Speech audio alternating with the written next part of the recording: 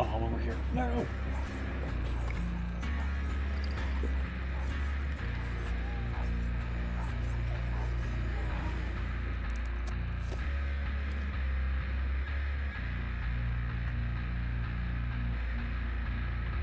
Hey, there we are. It's been a while since we've used that one.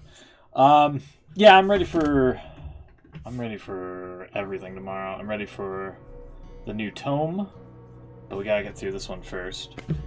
And then I'm ready for the no pip loss, and of course the updates to Lampkin and all that. So like I said, last week I absentmindedly forgot to do this.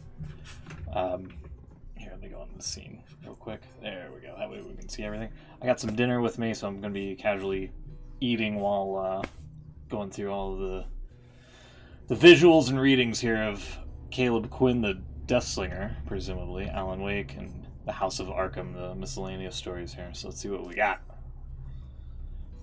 Let's see, did I not unlock? I guess I did. Okay. So what do we got here? Have you seen this man? He lives in a cabin. I guess Deathslinger. Was he a bounty hunter? Wait a minute. Huh. He's just gonna blow up his house? What the fuck? Alright. A bit excessive. Must have done something to him here. Alright. Let's see what we got. Caleb zips around his mother's back, rolling a wooden wheel on a makeshift metal axle. In one move, she steps off the sewing machine's pedal and reaches for the door. Caleb, you take that thing outside right now. She cracks the door, and the boy bursts out full speed. He skips, left, right, left, left, right, left, emulating the sound of a horse in gallop. He storms down the road, slows when he hears a familiar voice. Father and another man, raising their voices. From around the corner, his father marches out, almost crashing into Caleb. What are you doing out here, my lad? Ma told me to take it outside. No work again today? His father sighs, smiles at him. No work today. And what about you? Did you do your reading? No, Pop. I wanted you to read to me. How about this? Let's head home and you read to me. Pop can't read to you forever.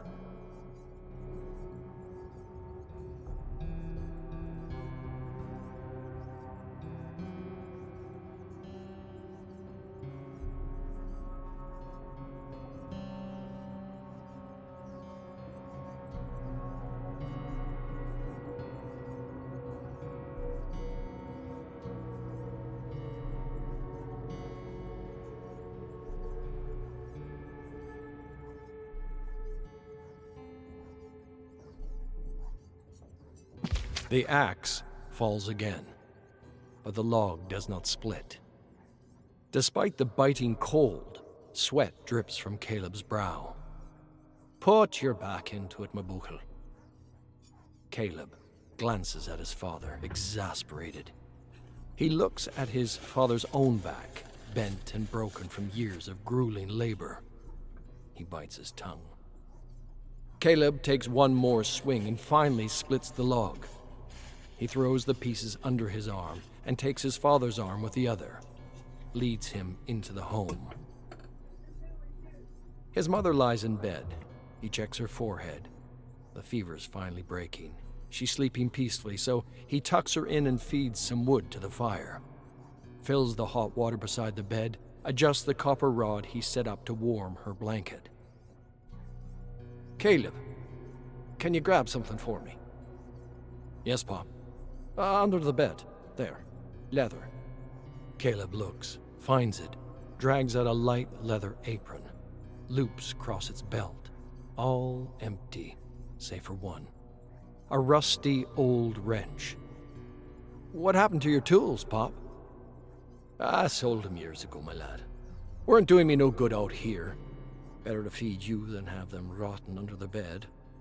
Caleb passes his fingers over the wrench. You gonna sell this one too? Nah, you take it. We'll teach you how to do some things. Maybe by the time you're a man, things will change around here. Besides, ain't nobody gonna buy it anyway. Alright, so his dad's getting old. Can't repair stuff anymore. And his mom's sick, so a little bit of a rough upbringing here for Caleb. Well, I'm guessing is the Death Slinger. So, hitting the sympathetic notes here to feel sorry for him. Yet again. Okay. Hang on. I had it working not 5 minutes ago, sir. Bayshore looks down his nose at the strange device. How many men do you suppose this contraption could replace on the line? Caleb stops oiling the chamber and thinks for a moment. Not sure. Could be a dozen. More important is that it never makes a mistake. Gives you the same result every time. Come inside, Mr. Quinn. Let's talk in here.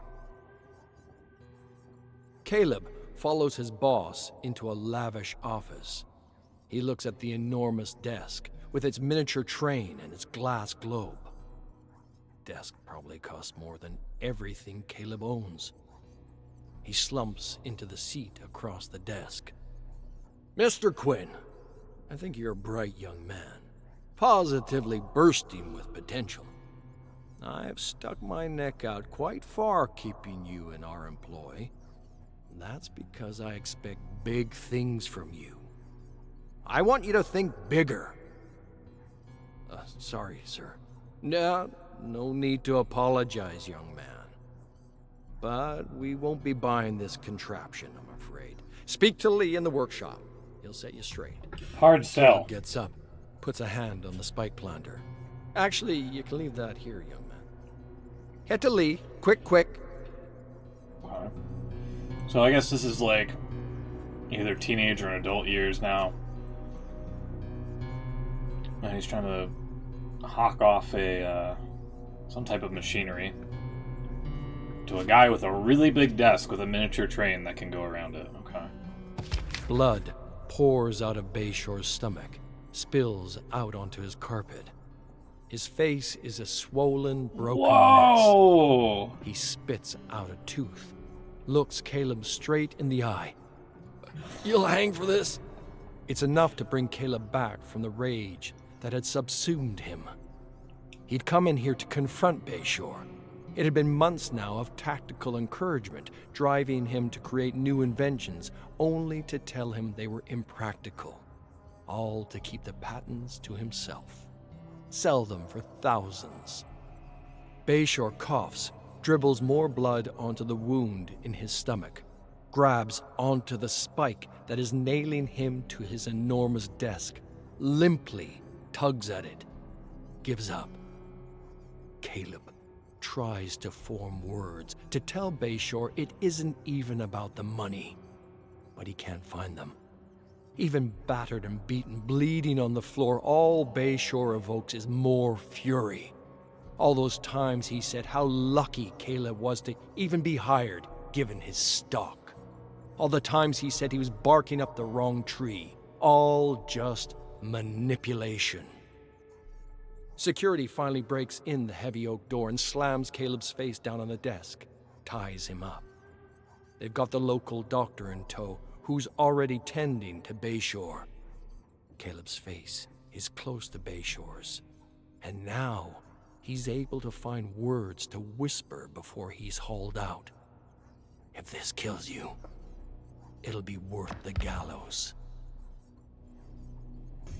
So...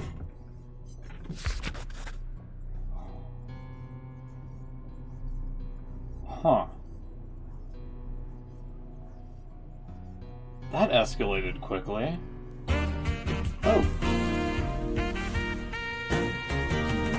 Justin, thank you very much. I did some financial planning, and it looks like I can retire at 97 and live comfortably for 11 minutes. And that's life these days. Thank you very much for the 25 months. We'll add that to the queue here. Hold on. I think we are up to, yeah, 11 minutes is crazy, yeah. You sure you're not overestimating that? There we go, we're up to 1. Thank you very much, my man. How are you doing? So, Caleb has some sort of contraption that he's trying to sell to this Bayshore guy. Something happens, and then he goes off on Bayshore and just fucking goes absolutely apeshit on him. Huh. Wow, okay. He beats him to like an inch of his life, and then I guess Caleb thought Bayshore was trying to screw him over by getting control of the patents and then just selling the patents rather than the all to keep the patents to himself, sell them for thousands. Yeah, okay, so that's what it was. Huh. So I guess Caleb found out that Bayshore was trying to double-cross him, and then... Okay. A bit extreme.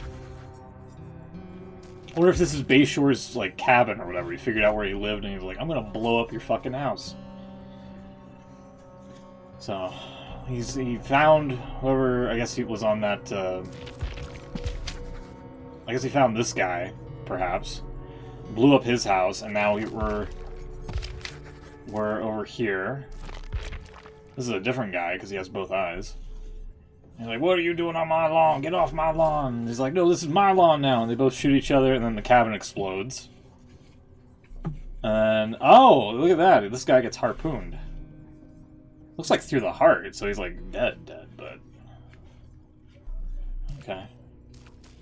I guess he, the bounty hunter caught his bounty, if you will. Alright. Continue. You're kidding. They're They're just gonna let us free. Yeah. Not free. But we can work time off our sentences. Just gotta bring in some bad guys. A guard cuffs them, one by one, and leads them out of their cells to the warden's office. They sit in the Spartan room, and the warden briefs them. A month off each your sentences for each man you bring in. I want them alive. Think of this as your penitence. What's to stop me from just going on the run? Caleb turns to Declan, looks him dead in the eye. That ain't how this is gonna go. The warden hands Caleb a paper. The three look at it intently. Rory slowly mouths the words on it. It's been slow going, but Caleb's reading lessons are starting to take. Colorado. Ain't that pretty far? Few days ride, take some horses, a few dollars for necessities along the way. Head out today. If this works, we'll see about getting you more men. Caleb commits everything on the page to memory, places the sheet in his pocket. The three rise from their seats, eager to get to work. Now, one more thing, Quinn. I had to pull a few strings, but I was able to get you this. The warden places his spike gun on the table. Declan looks at it and is barely able to stifle a laugh. Hell you call that, Chief? Death to Bayshore. Yo, alright. So...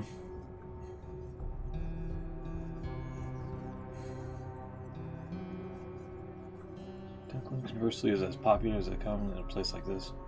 Did it play this part? Hold on, let me see. You're kidding. They're just gonna let us free. Yeah, no, it skipped this entire initial paragraph of like, the warden let me to take the two of you with me. The men in the cells next to Caleb have been as good as company can be in a place like this. Rory took a swing at a lawman during a labor riot at a coal mine, but was otherwise a shy and gentle ox of a man, barely 20 years of age. Declan, conversely, is as popular as they come in a place like this, his silver tongue getting him in the good graces of every gang in the prison. The two had Caleb's back several times. I don't know if you should have two hads there. And it was time to return the favor. Declan, of course, is the first to respond. And then that's where... You're kidding. They're just gonna let us free. Yeah, that comes into play. Not free. That's kind of crazy that DBD kind of fucked up there.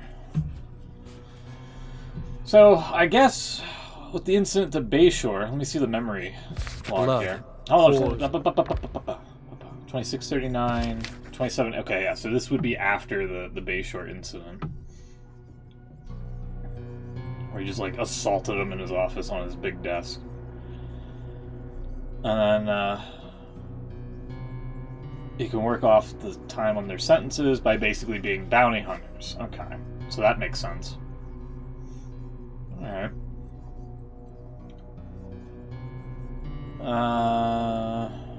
Colorado. Death to Bayshore. Alright, let's keep going then. You're kidding. The Hellshire gang rides behind him, uncharacteristically quiet, even Declan. It had been many days on the road, and they were exhausted. The mountain paths are unapologetic, but this has to be the place. The main street's empty. Bunch of them are at the local theater, which is raucous with laughter and song. Rest of them probably got reasons to hide. Caleb ties his horse at the local saloon, Rory and Declan close behind. They feel the weight of dozens of eyes as they enter the establishment. They sit at the table closest to the door. Rory looks at Caleb, his eyes pleading. Just one drink. Caleb closes his eyes and shakes his head. Business first. You folks visiting or just riding through? Caleb looks at the barkeep, a frail man with a pencil mustache. Just a quick stop, I hope. Maybe you can help make it quicker. He conjures the crumpled scrap of paper from his pocket. Rodrigo Sandoval. Skipped out of town on a debt. Bartender takes one look at the name on the poster, sees the massive weapon on Caleb's back, goes stark white. He gestures subtly to a table in the back. Caleb stands and approaches the table.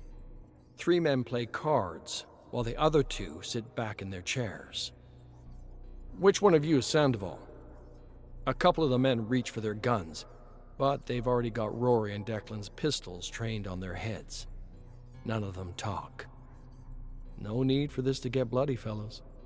Supposed to take him alive. The one in the middle leaps out of his chair and tries to tackle Caleb, tumbles over him clumsily, rolls to the floor and runs for the door. Rory and Declan let loose on the other men, killing them before they can even put a hand on their guns. Rodrigo barely makes it to the door before a terrible crack rings out. The spike protrudes through the front of his thigh and he screams in pain. A harsh jerk of the chain drags him to the floor. Declan turns to the barkeep, cash from the card game in hand. Don't suppose you got any victuals for the road? So this guy's like... He's... Okay, so he lives up to the bounty here. It's just like... The bounty hunter always gets his bounty. Okay. No need to get bloody, fellas. I don't know. Like, this guy's kind of a badass. So they kind of play up a sympathetic backstory for him. Like, early on with, like, a slightly rough upbringing. Like, his parents were kind of, like, just getting old and frail. And then, you know, he tried to live, like, a standard life. And then he figured out his boss was screwing him over and he wanted vengeance. And now he's working at... you know... What's the word here? He's trying to... Vigilante justice, essentially, here. He's working vigilante justice in a weird way. Okay. Caleb and Rory ride to the edge of town through the carnage and viscera, the radiance of a full moon their only light. They find an appropriate place.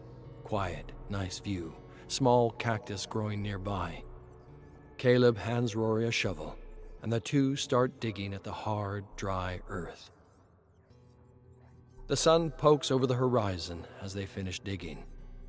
Caleb places Declan's shattered, perforated body in the grave. They cover him and place a small marker on top, a pile of sturdy rocks. Rory coughs, perhaps from all the gunpowder, perhaps choking back tears. His voice comes out even smaller than normal. Should we say something? Caleb looks down at the fresh grave. Never was good with words. That was Declan's thing.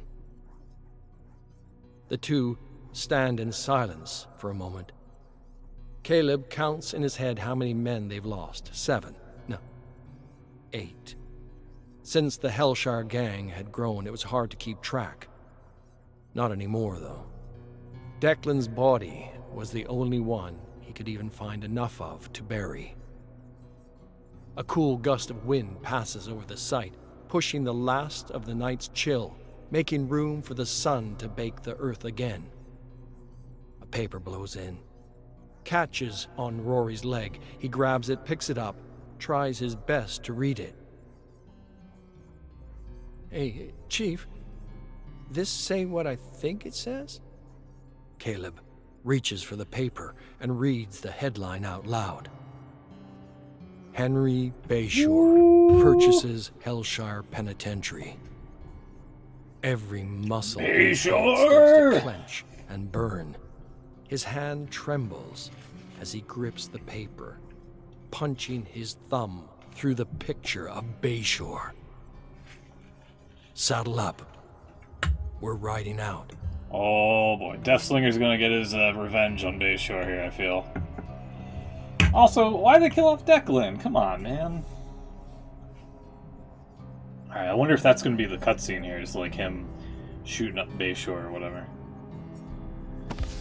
Photo. That kind of implies it. So he gets the guy with the eye patch after blowing up the cabin. And that's where, yeah, okay, so. Let's see what the cutscene reveals. So far, this is a pretty decent, short, simple, sweet. Well, a little sweet. Revenge is sweet. Yeah, let's see what we have here.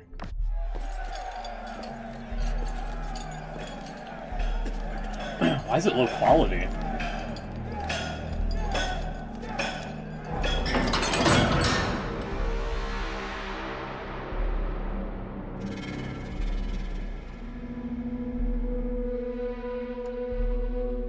Maybe it was like too dark and they had to like brighten it up or something. The rendering looks really poor for some reason. The rendering quality.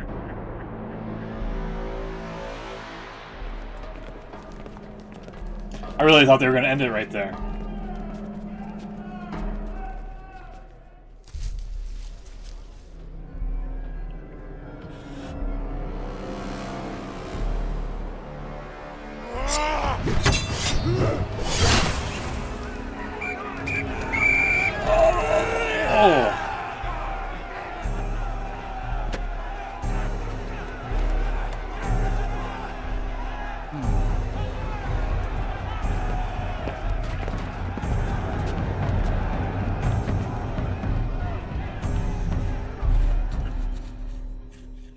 So that's okay.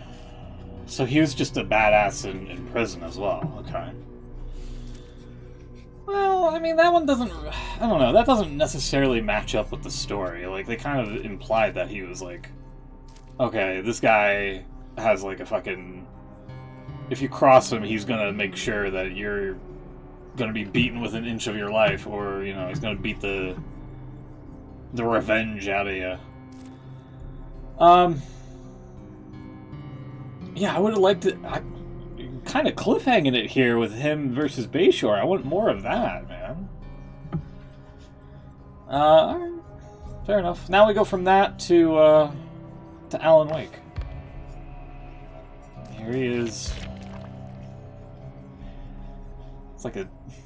Reminds me of Stephen J. Cannell the productions at the end of some of the shows where you toss the paper up in the air and it would form the sea or whatever. What do we got here? We've got, this looks like Adam, Ash Williams up here on the upper right, Nicolas Cage in the bottom left, and a Big Daddy from Bioshock in the upper left there, all trying to consult to give their input to Alan Wake here. So, see what we got. My throat is hoarse from screaming. Oh, they actually got I the pace voice my actor writer's for this. room back and forth. I know its measurements intimately. The typewriter stares at me from atop the writing desk. The blank page in the roller mocks me. I'd throw that thing through the window if I could. I squeeze the clicker in my hand. The thing that saved a whole town and trapped me in this dark place. How many pages have I written since then? How many hells have I endured to bring the one perfect story to life? The one story that would help me escape and return to Alice. I remember Alice walking into the study, placing a cup of coffee next to the typewriter, kissing me on the cheek, saying goodnight. Alice. The memory is like sand on the beach being devoured by the tide. With each ebb and flow of the waves of time, I lose more and more of my past. Alice walking through the door with a bottle of champagne to celebrate my first book deal. Her eyes so full of pride. Her eyes. What color were her eyes? When the waves take away my last few grains of sand, when there's nothing left to remember, what will be left of me? I grasp at the grains of sand I still have. Alice, my books, my apartment in New York City, my vacation to Bright Falls, and Night Springs. Yes, I was a young, scrappy writer when I was hired to work on Night Springs. One of my first episodes was about a heroic escape. I put my characters through such danger, their escape felt so triumphant. Get to the typewriter, get to work. This is the one. I just need to remember the story exactly as I wrote it so long ago. Then I'll be free. The clack of the keys is a familiar refrain. It brings comfort and torment in equal measure. I type the name of the episode upon the blank page. Dead of Night. Ooh. So I guess this is going to be him writing to try to, like, rescue his wife, Alice, or whatever. Okay. Try to sell me on your game franchise, Alan. Come on. Sponsored by Energizer batteries. The decaying city crumbles behind them as they run It's a through the joke, forest. but in the game it's... Their exodus from Never the city mind. was not easy. The fog closed in on them. They had to get out. They were pursued by the very thing they had summoned. Only 4 of them had made it out alive.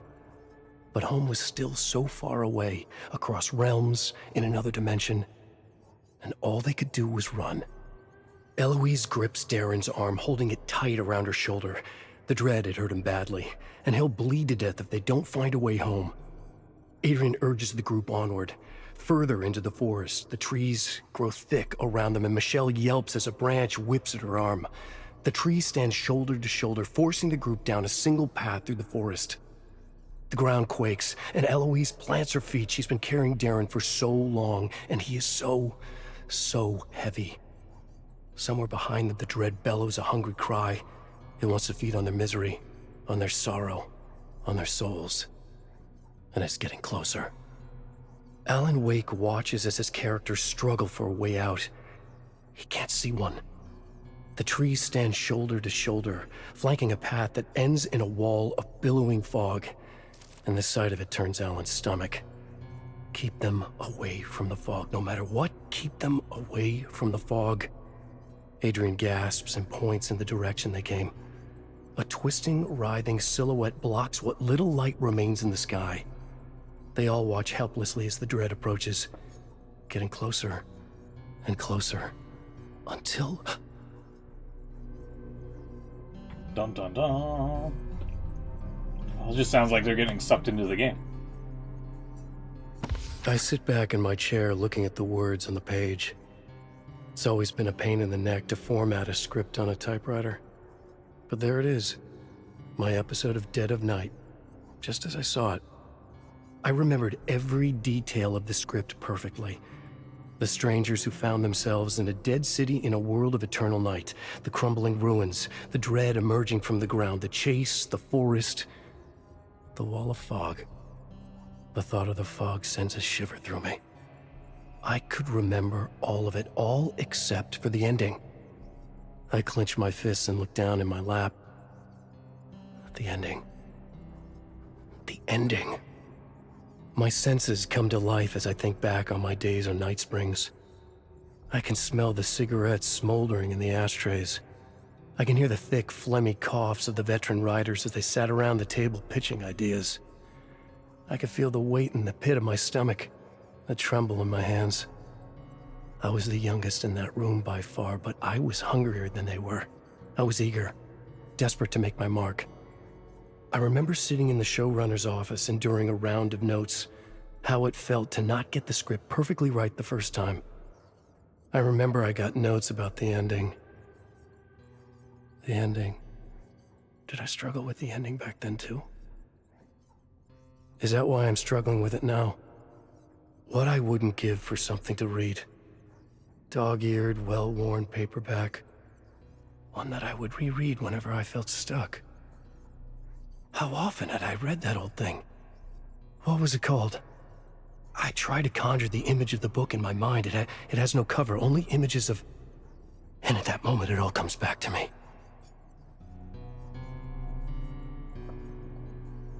So it sounds like he's losing his mind, or his memory here. I mean, he couldn't remember Alice's eye color, so... Now he can't remember what the book that he would read all the time here, what the name of it was. Oh boy. The decaying city crumbles behind them as they run through the forest. Darren cries out in pain and clutches the bleeding wound in his side as Eloise pulls him down the forest path. The ground quakes and Adrian loses his footing, stumbling into Michelle, knocking them both into the dust and dirt. Alan watches and waits. Eloise and Darren come up against the wall of fog at the end of the path. They had run from the fog in the city. They look around for some other way out. The trees stand shoulder to shoulder. Michelle crawls along the dirt trying to find her glasses. Instead, she finds something that makes her scream, first in fear, and then in delight. They all gather around and marvel at the discovery. A book bound in flesh covered in ancient symbols of unknown origin. The dread's bellowing grows louder. Michelle flips through the book, squinting, trying to read the symbols. She has knowledge of the arcane. She knows the book can help them escape. She just has to find the right incantation and read it aloud, all without her glasses. Adrian gasps and points in the direction they came. A twisting, writhing silhouette blocks what little light remains in the sky. They all yell now, begging Michelle to read faster. Her fingers stop on a page. She doesn't know if it'll work, but she must try. She reads aloud the words, the language cutting through the air like rusty blades. As she speaks, a great blue orb appears around them, growing larger and larger until it explodes. And then...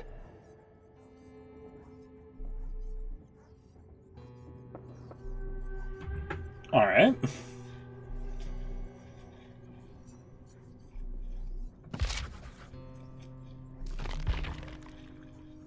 I mean, that's basically what we kind of heard. Kind of like this transition to this frame down here, essentially. Although this makes it look like it's a tornado sort of thing. Also, what is this, like... What is this? What is he doing there? Is he trying to get away? Is he trying to dance? What is he doing? I did it. I remembered the ending of Dead of Night exactly as I had written it way back when. So why didn't it work? The script had ended with Michelle finding the book and reading the spell that sent them home.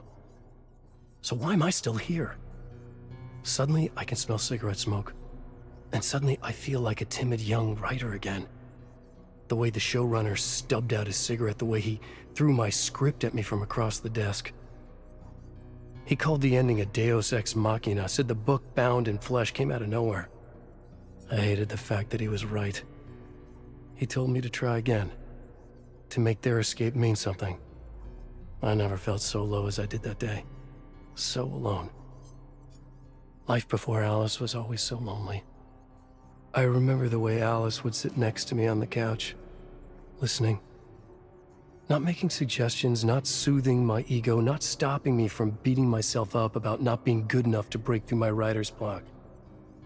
She would just sit there, with me, listening.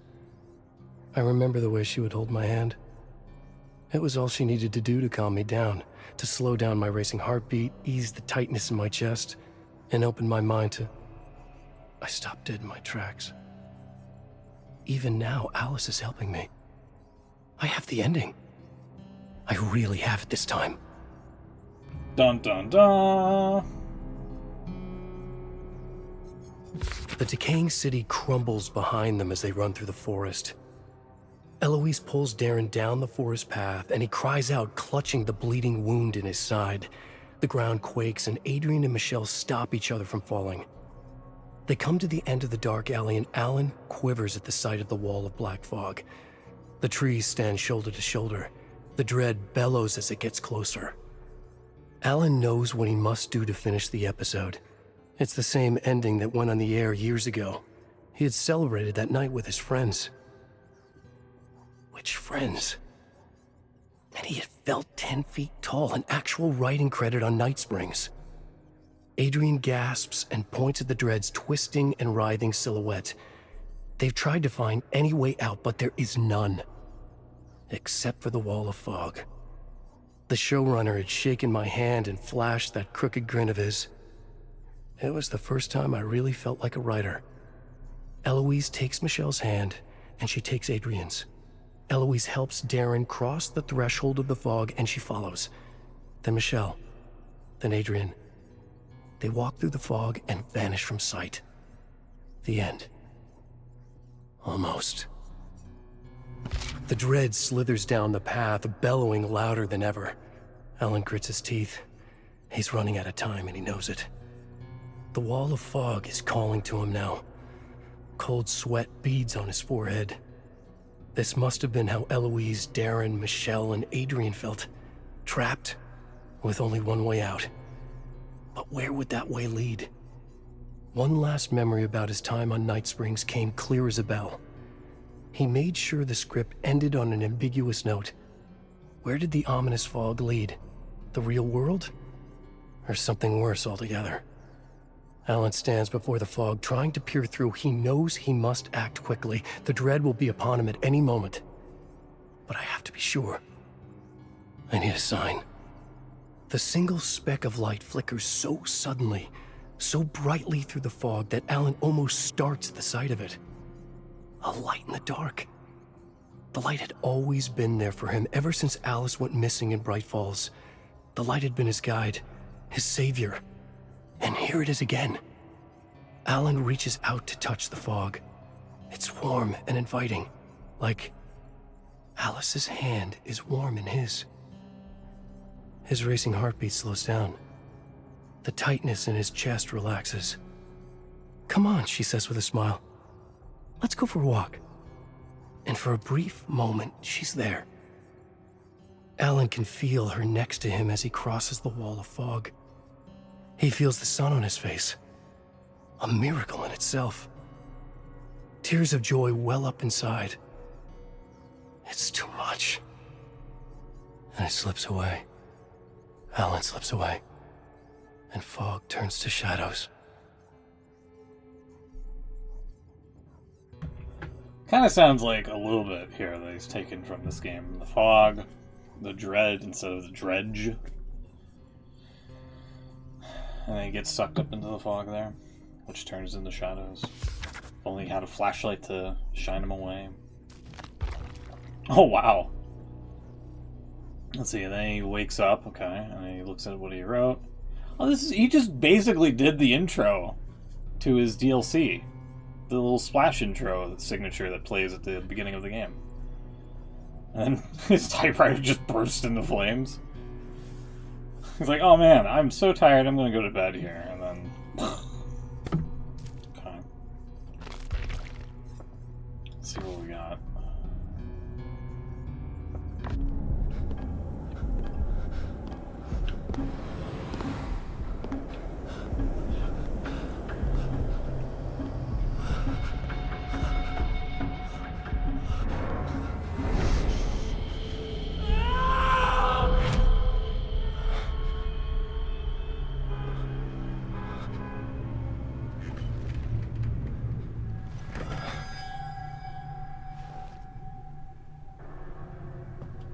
I still can't get over how much he looks like Jake Gyllenhaal in the game here.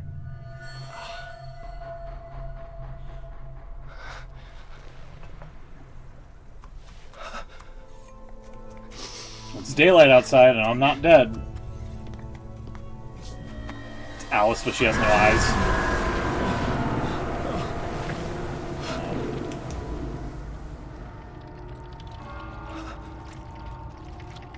Somebody ran through there.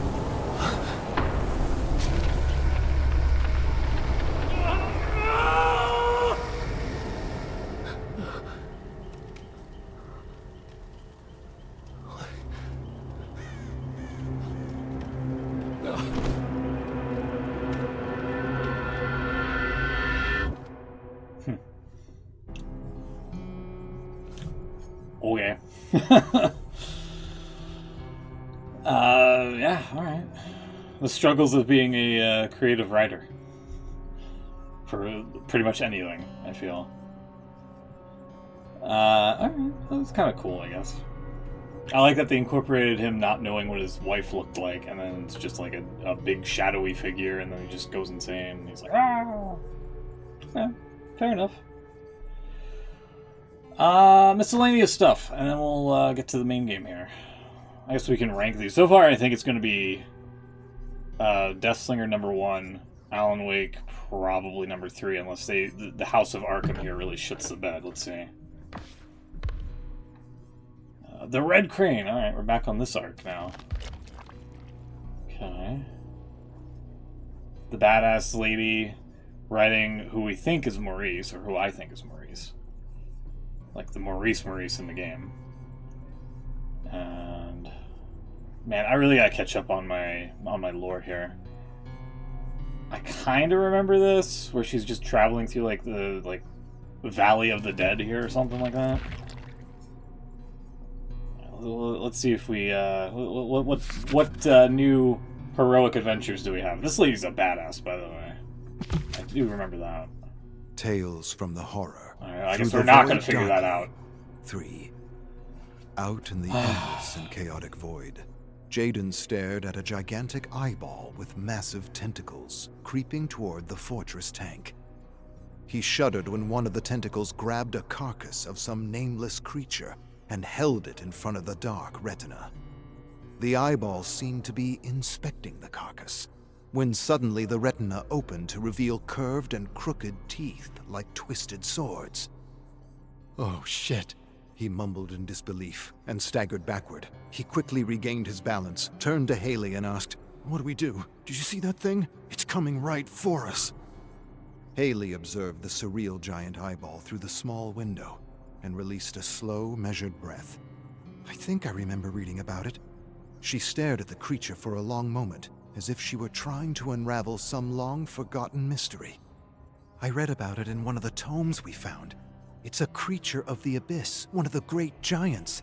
This one was called Igathul, and it's attracted to light, or fear. Or was it light and fear? Which one? I can't remember," she said, staring at the grotesque creature slowly approaching them. "I'm not sure which version of the story was right." "Let's imagine they all were." Mahan turned to the panel and yanked several levers to shut down the lights. But nothing happened. The generators didn't power down.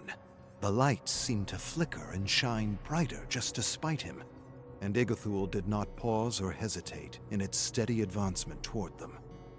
Thinking fast, Mahan turned and kicked the generators with all his strength. But again, the lights only surged and grew brighter, as though to continue to mock him. Then, realizing he was kicking the wrong mechanism, Mahan lunged forward and smashed the containers holding the strange organic petrol connected to the generators. The glass shattered, and the reeking black fluid drained to the floor, with tiny fish-like things flopping over the ground. A moment later, the generators stopped jerking and chugging and belching. The lights flickered on and off, and slowly dimmed to complete darkness. Suddenly, Igathul froze, but the retina seemed fixated on them. At that instant, Haley felt Jaden's trembling shoulder next to hers. She nudged him slightly and whispered, "Stop shaking, JJ. We're not out of this yet. I'm trying." "Try harder." Mahan approached the small window. "I think it senses fear." Igathul edged closer, staring hard at them. Monstrous tentacles discharged glowing blue slime and slithered up and down the fortress tank like hungry eels. "JJ, please, calm yourself. It's goddamn Cthulhu. Don't tell me to calm myself." Haley released a calming breath. "Try not to think about it. Just close your eyes and think of sheep. Count sheep or something." Sheep?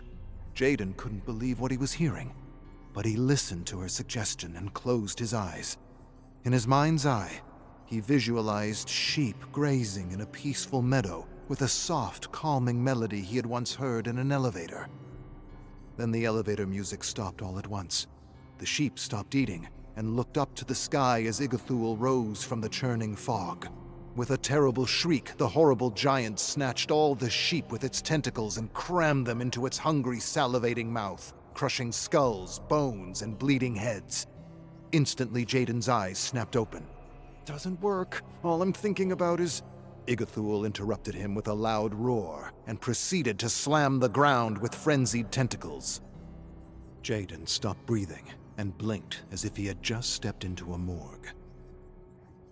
All three stared at the monstrous creature, trying to understand what they were seeing. Igathul stopped slamming the ground and was motionless for a moment that felt like eternity. Then slowly, as the three of them watched in relief, Igathul turned and slithered away, munching on scrap and bones and cadavers as it moved through the endless wasteland. They stared after the creature as it faded into thick clouds of insects and shapeless bird things. After a long silence, Jaden released a nervous laugh. Mahan patted him on the back. "I guess we're lucky it's only attracted to the lights." Jaden turned to Haley. "Don't ever tell me to count sheep again." Haley's face broke into a smile, and she was just about to laugh when she heard strange things crying like newborn babies in the thick black muck that had drained from the containers. Jaden followed her very serious gaze and was nearly knocked over by the scene before him. He asked in a voice rising with mingled terror and panic, "Someone please tell me what the hell I'm looking at?" So, this is a different story compared to the Red Arcane one, but I don't remember Tales from the Horror at the moment, but apparently there's this big eyeball thing that can manipulate your thoughts, I guess. Also, I like at the end here that they were able to kind of crack jokes about it.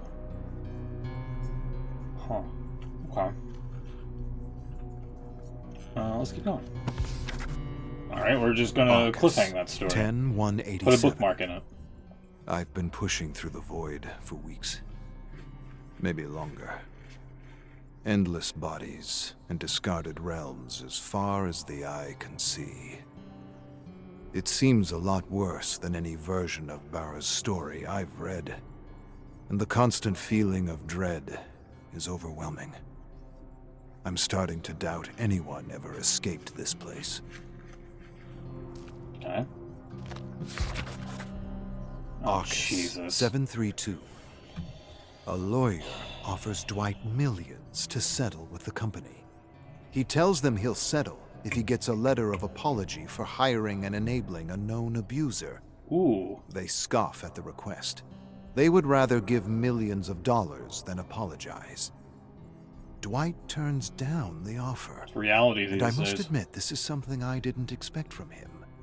But then again, so many characters I've studied over the years have, to one degree or another, contradicted my initial impression of them. I guess that's what makes them human. The contradictions. Dwight probably should have just taken the money and ran. That way he wouldn't have had to endure all those menial jobs throughout his life. But then again, there would be no elephant incident at the zoo. Oh no. Nor would there be the coyote incident when he worked as a roadkill collector. Or even the incident driving the limousine across the country for that metal band. Come to think of it, I'm glad Dwight didn't take the money. I have found his memories amusing, if not entertaining. Fuck Dwight. Arcus, 10202. I entered the most peculiar realm yet.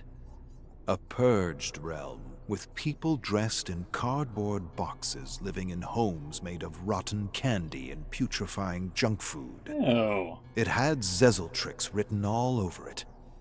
I kicked down a moldy gingerbread house, and the structure instantly dissipated into a swirl of scintillating blue energy. Same blue I energy. can't help think but we wonder where this mad heard designer comes Alan from, Wake describe. and why I have found little about her in the stories. Her ability to manipulate this dimension and manifest anything that pops into her head suggests she comes from a highly advanced world, not unlike my own, possibly even more advanced. One thing is clear. Zezel understands the connection between thought and feeling to manifest reality. She has even found ways to hide secrets in the blood of her creations. She may even be one of the unknowns who have hidden countless secrets throughout the realms.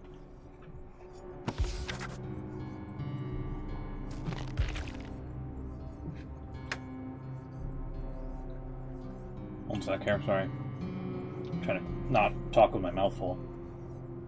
Here we have more of the Red Crane with the badass lady and Maurice. Looks like they're going up against a devil. The devil and his underlings here.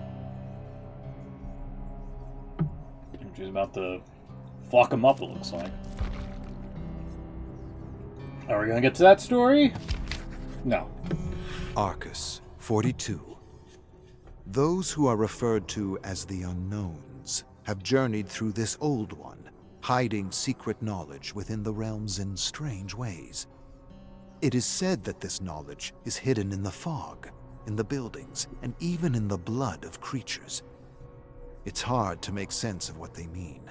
What is clear is the Unknowns seem to be able to travel throughout realms with relative ease. The ability to move between realms alone would be a secret worth having, even if I would have to skin one of those horrific creatures lurking around in the fog. Are they referring to as the killer, the Unknown? As in there's like multiple of those, or is this like a different kind of Unknown? Because that would kind of explain why the Unknown, the killer, has all those like voice lines of people. And they do teleport quite easily.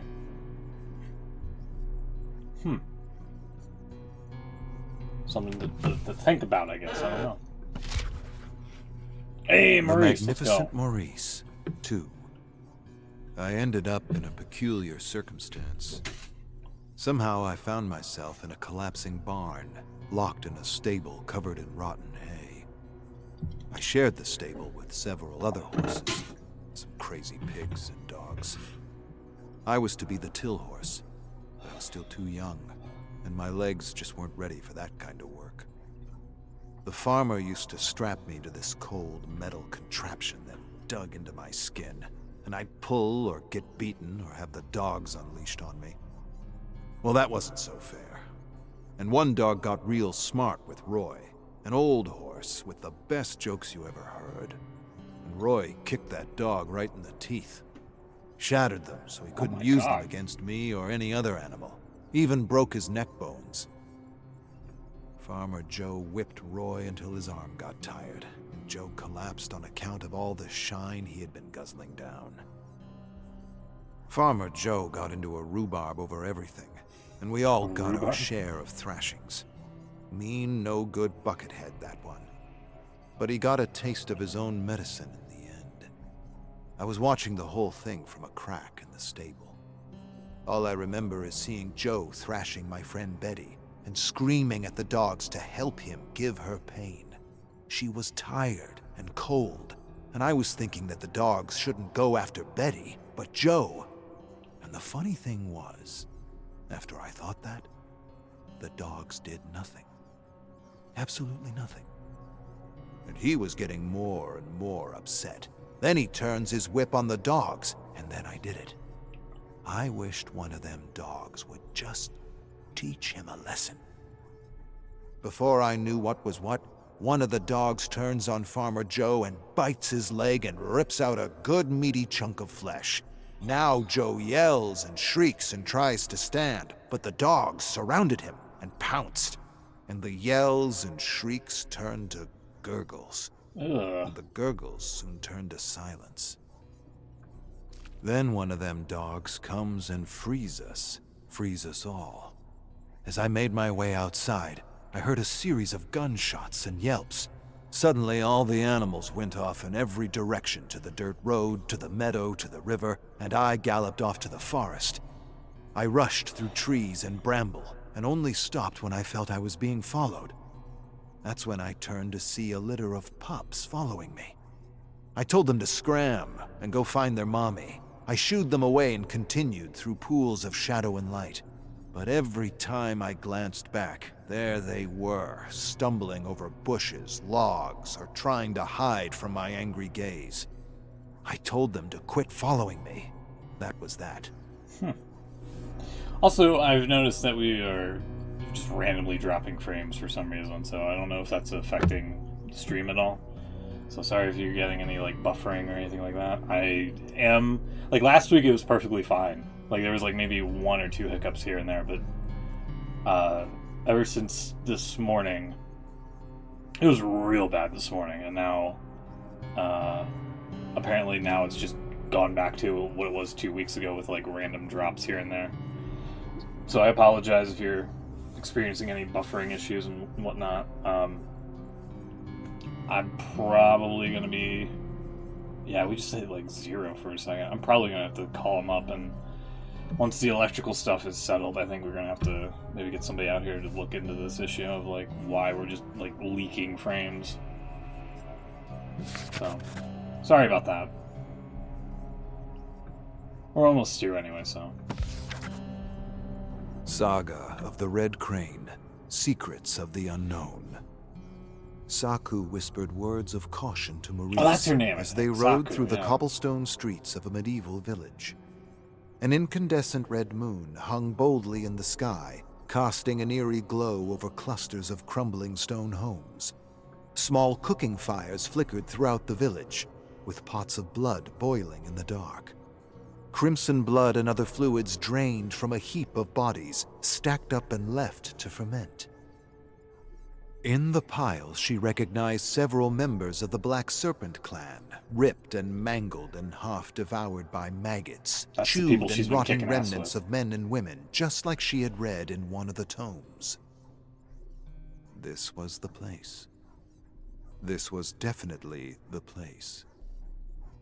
Black Serpent disciples had come here searching for the hidden secrets of the unknowns to transcribe to their scrolls, and they had somehow met their demise at the claws of fanged creatures she didn't want to think about.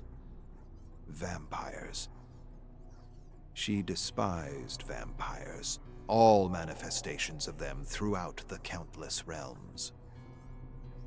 Now Saku nudged Maurice to slow down as they searched the village for signs or symbols left behind by the unknowns, secret symbols she had read about in one of the many tomes she had salvaged from the abandoned towers. From these collected stories, she had been able to learn many secrets about this strange and horrific dimension in which she had been trapped. and was trying desperately to escape. She had read the stories, the memories, and the annotations, and she was sure this was the village. The village of the vampires, where the unknowns had hidden secret knowledge on how to manipulate the fog. "Be wary of vampires," Saku whispered. "Vampires?" Maurice questioned. "What do you mean, vampires? You didn't tell me there would be vampires. Are we talking the ones more like people, or are we talking the ones more like giant bats?" "The ones more like beasts. Beasts with wings." Not again with the rhubarb. We're in a rhubarb now. I hate... A sudden shriek interrupted his words, as massive winged creatures with glinting razor-sharp teeth came hurtling at them from the shadows. In a blinding blur of speed, Saku leapt into the sky, her blade gleaming as she sent claws, limbs, and heads tumbling to the ground. You gotta stab When him she through the heart. landed, Come on. she didn't have time to think. She didn't even have time to breathe. Deadly claws swished over her head as she evaded wild attacks and countered with strategic swipes that left her assailants in pieces. Then she turned to see Maurice kicking and charging a vampire twice his size. Whoa. Instantly, she charged toward them as the last remaining vampire smashed Maurice against a stone wall. The vampire hissed at Maurice and then suddenly turned to face Saku with its glowing red eyes. Saku slowed to a stride. Her eyes held the glare of the vampire as it tried to intimidate her with a roar, but with a flash of her blade, the roar was choked with a vicious thrust of cold steel.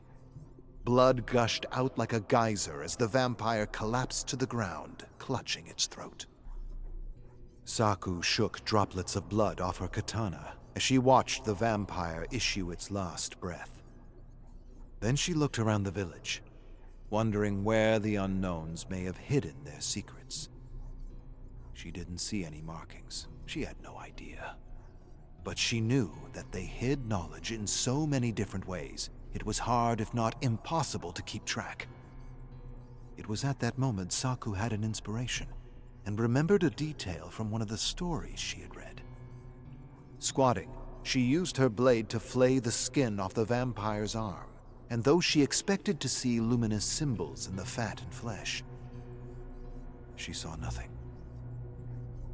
With a sigh, she stood to peer at a cluster of homes in the thickening fog. Maurice came up beside her and was just about to speak when she lifted a silencing finger. She could sense something was amiss. Gazing ahead, she listened to sounds only her keen ears could have caught. The scraping of claws on stone, the faint chattering of teeth, the rattle of a stone under a foot, and the murmurings of vampires communicating in their strange language. Taking a small step forward, she realized the first attack had just been a test. Instinctively, Saku held her katana at the ready as she looked deep into the shadows. When she lowered her gaze, the vampires attacked, but not fast enough. Ooh. Oh boy. So I guess that's what these things are. Oh man. Swah! Okay. They're not devils, they're vampires. Silly me. That's a badass photo, though. Alright, so I wonder what the cutscenes are going to be. Is it going to be Maurice and Saku defeating vampires? Is it going to be that weird eyeball thing? Is it going to be Dwight not taking the money? Let's see. Whoa, this one's in color. For the first time. Kind of.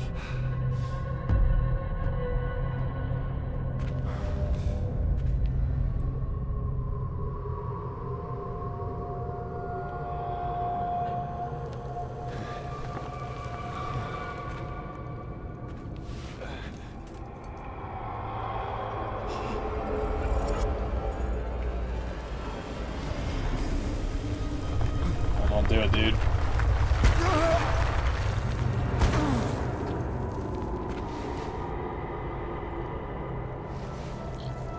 Ugh.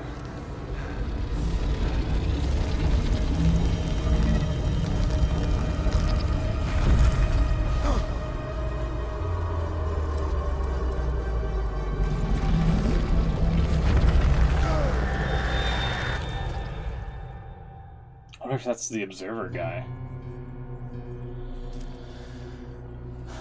Yeah, okay, yeah.